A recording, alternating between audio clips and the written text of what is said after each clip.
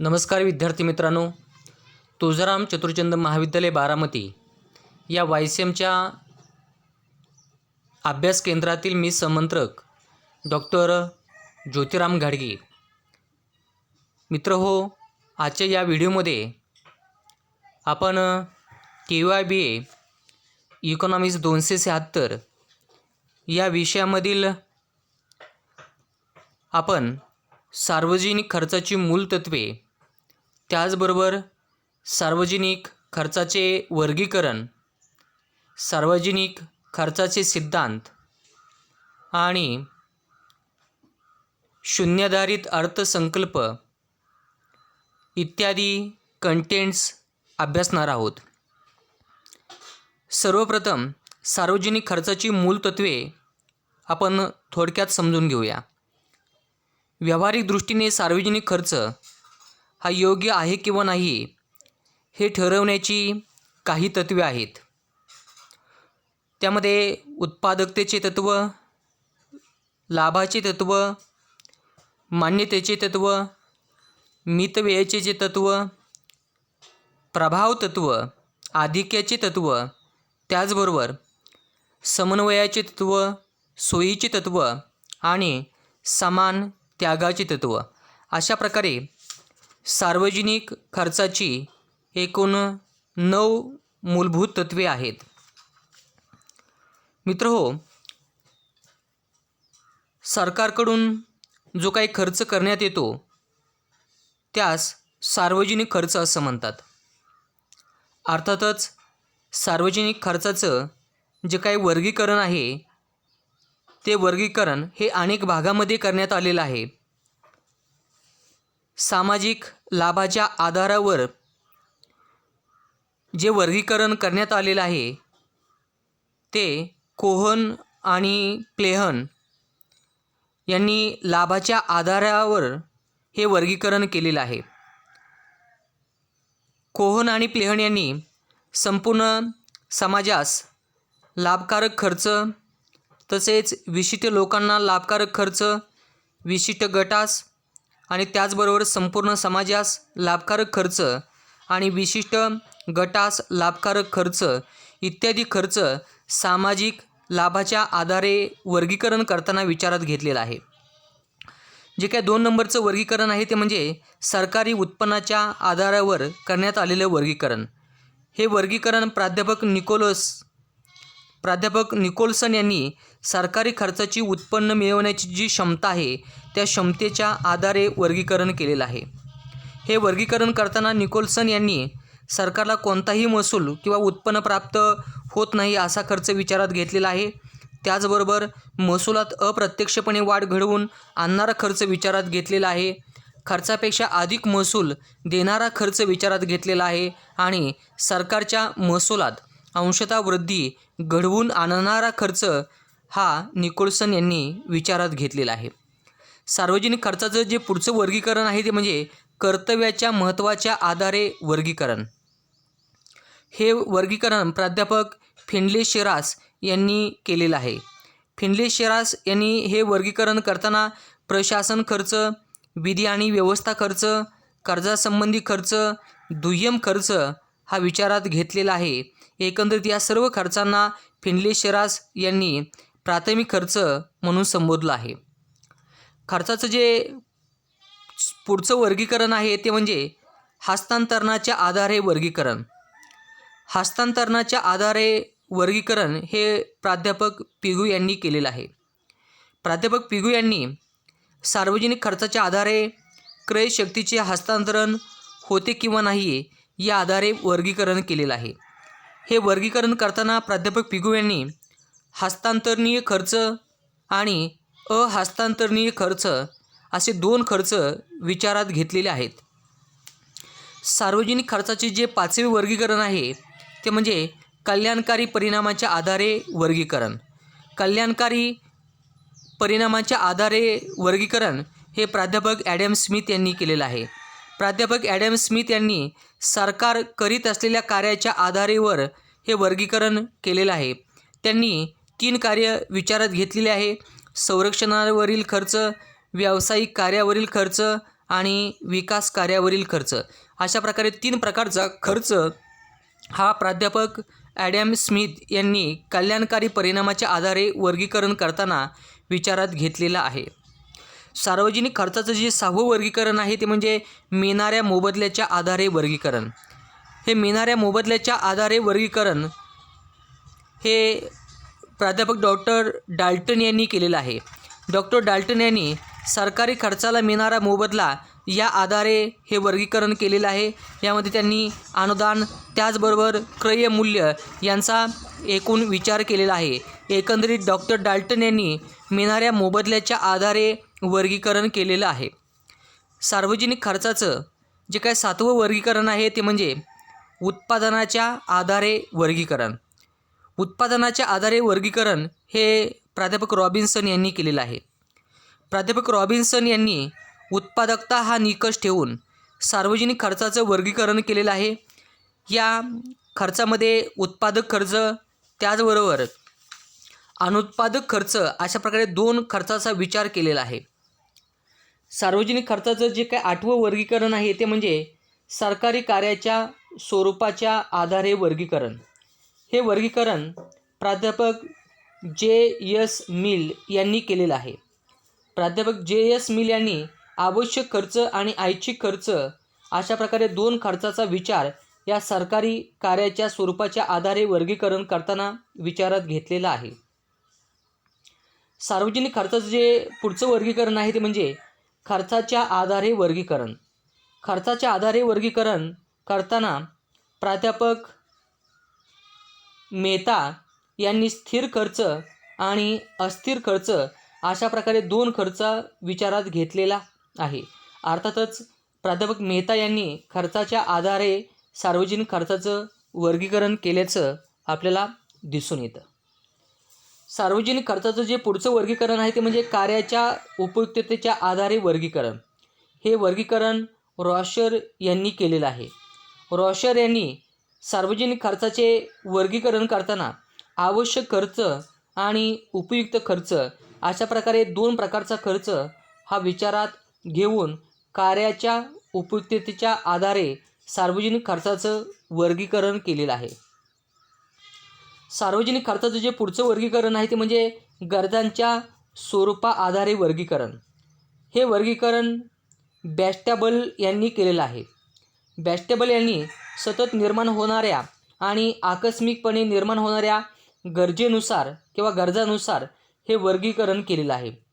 अशा प्रकारचं वर्गीकरण करताना बॅस्टॅबल यांनी सामान्य खर्च आणि असामान्य खर्च अशा प्रकारे 2 प्रकारचा खर्च विचारात घेतलेला आहे. सार्वजनिक खर्चाचं जे काही पुढचं वर्गीकरण आहे ते म्हणजे कार्यव्याप्तीनुसार वर्गीकरण. कार्यव्याप्तीनुसार वर्गीकरण हे प्राध्यापक टेलर यांनी केलेलं आहे.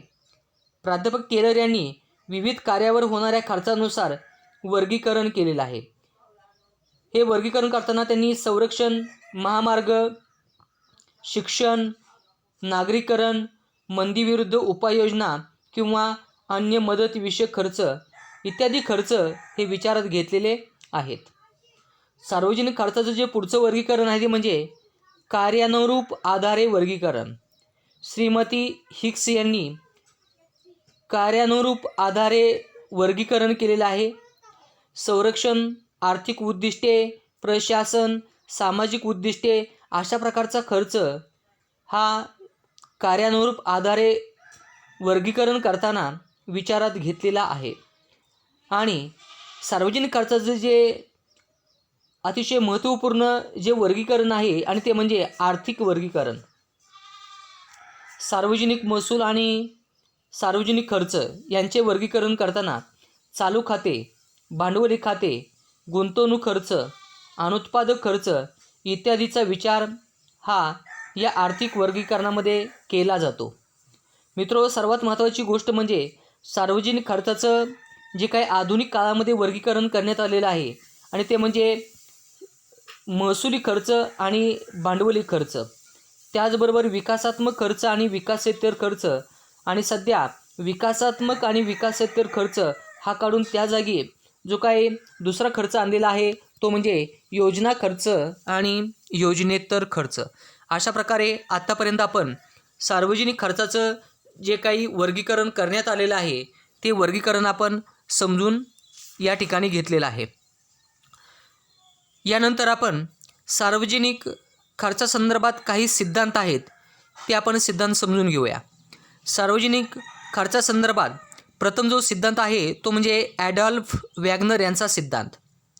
जर्मन अर्थतज्ञ ॲडॉल्फ वॅगनर यांनी भौतिक, भौगोलिक, आर्थिक आणि सामाजिक पार्श्वभूमीवर 1880 ते 90 या कालावधीमध्ये शासनाच्या वाढत्या कार्याबाबत म्हणजेच वाढत्या खर्चाबाबत हा सिद्धांत मांडला गेला आहे.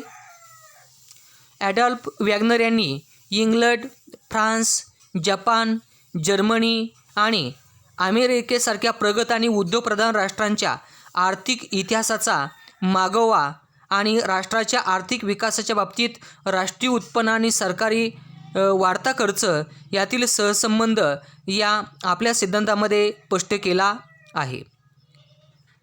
परंतु या सिद्धांताच्या काही मर्यादा आहेत की जसं की वॅगनरचा सिद्धांत हा राष्ट्रसापेक्ष आहे, म्हणजेच केवळ पुरोगामी राष्ट्राच्या संदर्भात सिद्धांताची मांडणी केली आहे.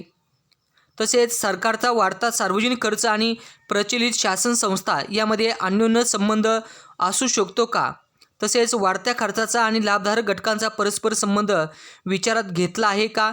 सार्वजनिक खर्चाच्या वाढीची प्राध्यापक वॅगनरच्या मते काही कारणं याच्यामध्ये आहेत. उदाहरणार्थ लोकसंख्येतील वाढ, वाढते नागरीकरण, कल्याणकारी राज्याची निर्मिती, लोकशाही प्रवृत्तीमध्ये वाढ, औद्योगिकरण, उद्योगाचे आणि सेवांचे राष्ट्रीयकरण, विकास आणि नियोजन, किंमतमानामध्ये वाढ होणं, संरक्षण खर्चामध्ये वाढ होणं, मुलकी शासन खर्च वाढणं, सरकारी पाहण्याचा जो काही दृष्टिकोन आहे त्याच्यामध्ये बदल होणं. अशा प्रकारे सरकारी खर्चामध्ये सतत काय होत असते, वाढ होत असते. सरकारी खर्चामध्ये वाढ होणे हे काय वाईट खऱ्या अर्थाने नाही, मात्र सदरच्या सार्वजनिक खर्चामध्ये वाढ अपेक्षित परिणाम साधत जर असेल तर हा जो काही खर्च आहे तो इष्टतम मानला आहे.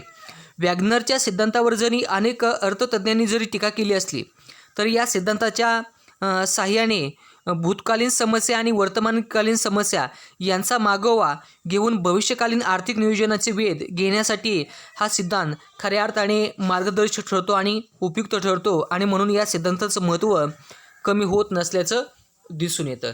अशा प्रकारे सार्वजनिक खर्चाचा ॲडॉल्फ वॅगनर यांचा आपण या ठिकाणी सिद्धांत समजून घेतला. सार्वजनिक खर्चासंदर्भातचा जो काय पुढचा सिद्धांत आहे तो म्हणजे पिकॉक वाइझमन यांचा सिद्धांत. पिकॉक वाइझमन यांचा सार्वजनिक खर्चाचा सिद्धांत. 20व्या शतकामध्ये अर्थशास्त्रामध्ये सातत्याने संशोधन खऱ्या अर्थाने केलं जातच होतं. खऱ्या अर्थाने सदरचे संशोधन उपयोजित स्वरूपाचं आहे अशी एक अनुभूती होती. इंग्लंडमध्ये 1961 साली प्राध्यापक ॲलन पिकॉक आणि जॅक वाइझमन या दोन अर्थतज्ञांनी एक ग्रंथ लिहिला. त्या ग्रंथाचं नाव होतं the growth of public expenditure in United kingdom. अशा प्रकारे हा ग्रंथ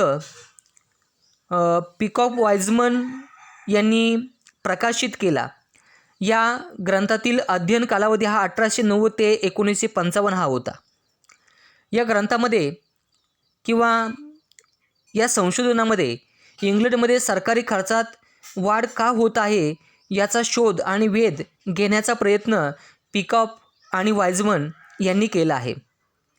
1901 ते 1950 या काळात इंग्लंडमध्ये दरडोई सरासरी सार्वजनिक खर्च हा 7 पटीने वाढतो, मात्र राष्ट्रीय उत्पन्नातील सरकारी खर्चाचा हिस्सा मात्र 9% 37% वाढला आहे. अशा प्रकारचा निष्कर्ष पिकॉक वाइझमन यांनी प्राप्त केला आहे. पिकॉक वाइझमन यांचे या सिद्धांतासंदर्भात काही दृष्टिकोन आहेत, जसं की आर्थिक विकासाच्या प्रक्रियेमध्ये करामध्ये वाढ होते, परिणामी सरकारी खर्चात वाढ होते आणि परिणामी संत आणि मर्यादित अशी सार्वजनिक खर्चातील वाढ असते. तसेच सरकारी खर्च हा राजकीय दृष्टीने केला जातो याची जाण जनतेच असते. जर आर्थिक असमतोलपणा दूर करण्यास सरकारी खर्च हा फलद्रुप्त ठरला नाही तर त्याचे प्रमुख कारण ते म्हणजे राजकारण असेल.